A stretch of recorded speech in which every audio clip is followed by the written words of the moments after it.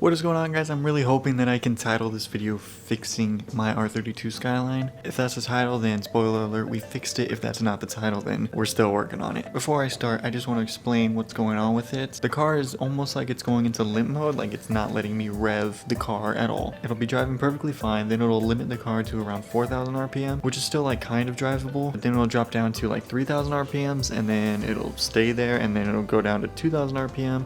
Won't let me rev any higher than that. If the clutch is out, it won't let it rev at all. And then if I put the clutch in, it'll only rev to like 4 or only rev to 3. It's the same thing. Like it's basically undrivable right now. And unfortunately, I am waiting on the LS1 alternator conversion kit to show up. I ordered it like January 3rd or 4th. I got the confirmation email and everything. They didn't say that it was not in stock, so now I have to wait. They said it's going to be in stock Friday, and they'll ship it Friday, and then it's going to take probably another week because it's coming from Florida to Southern California. So we don't have any choice but to wait. But I'm going to take the alternator off my 240 again, and we're going to put it onto the R32, and then we're going to test the new ECU and new MAF that I have, thanks to a good buddy AJ for letting me borrow those. Hopefully they fix it. I'm like praying that they do, because I have some other stuff, but I'm really hoping that either of those. I feel like the MAF is going to fix it. Fingers crossed. Like, at this point, I'm really just hoping to get it running again.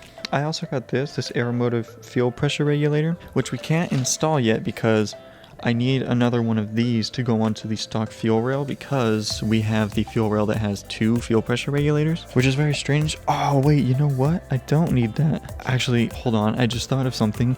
This motor came with the fuel rail that only has 1 fuel pressure regulator, and the R32 has 2. I could use that stock fuel rail that just has 1 fuel pressure regulator, hook this one up to there, and have this block the old fuel pressure regulator. Oh dude, we're good. Okay, all right, okay, that's very good news, because I think that the fuel pressure regulator is the problem, at least part of the problem.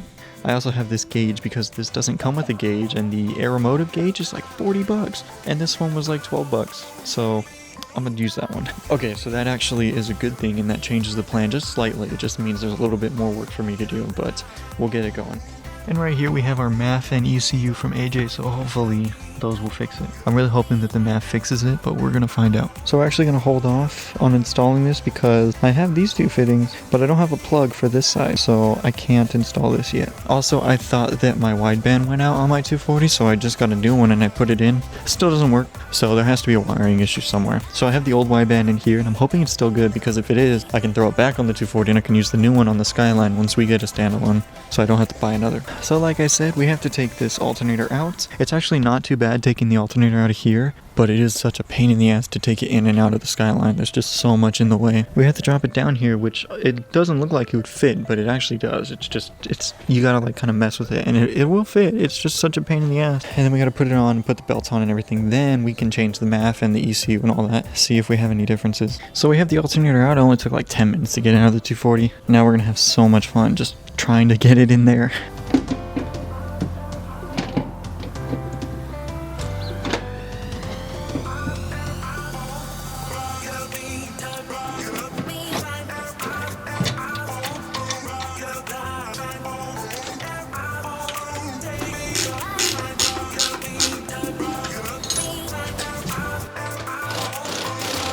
So we put the new MAF in, still have the same ECU, so we're going to test that out.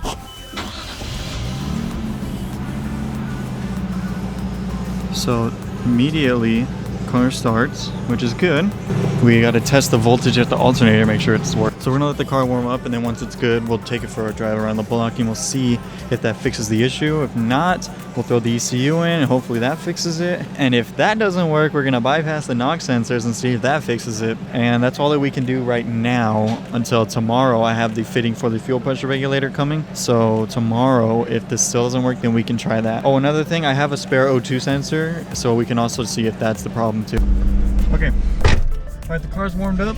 I am just kind of praying here that we fixed it, because I really want to keep driving this thing.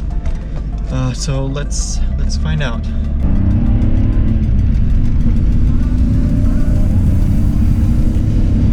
Dude, so far so good. I'm gonna drive for a little longer, but I want to say that the MAF was the problem. Like I'm really hoping that it was, because then I can drive this car to work again. Like, I bought this car to be a daily, and you know, because I wanted the Skyline, but like, this is supposed to be my daily. So like, fingers crossed, during this drive, I'm gonna drive for like 10 minutes. Like, I'm gonna make sure that this is good. I'm just gonna keep doing circles around my neighborhood. Oh, here we go.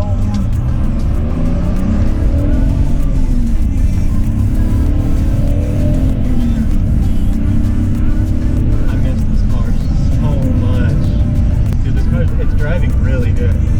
Like, oh my god. I hope we fixed it.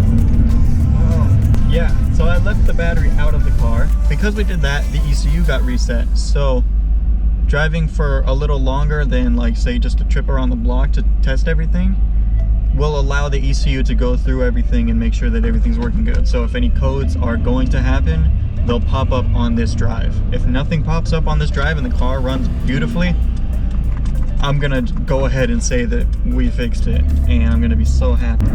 I miss this car so much. It's so much nicer than my 240. Like, my 240 is a whole different animal. It's like legit like race car versus this is a street car. This is a daily driver. Like, full interior, the stock exhaust is quiet, everything's just perfect. I love this car. I really do. I don't know if you've noticed, I love this car.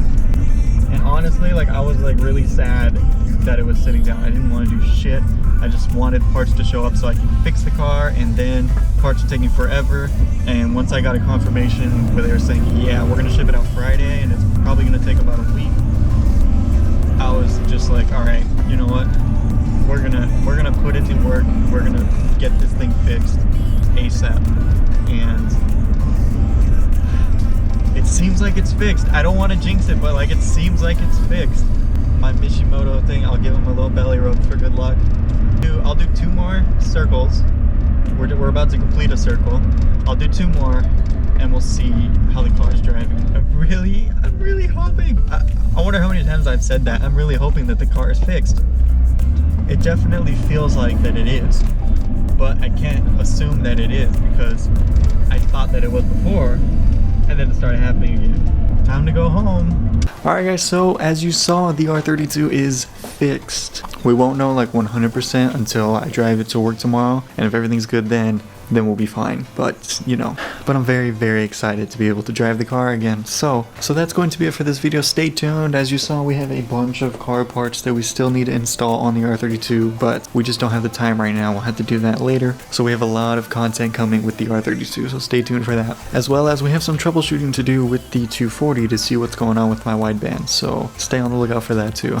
But that is going to be it for this video. Thank you so much for watching. Please leave a like if you did, comment down below, and then hit that subscribe button. I'll see you guys next time. Peace.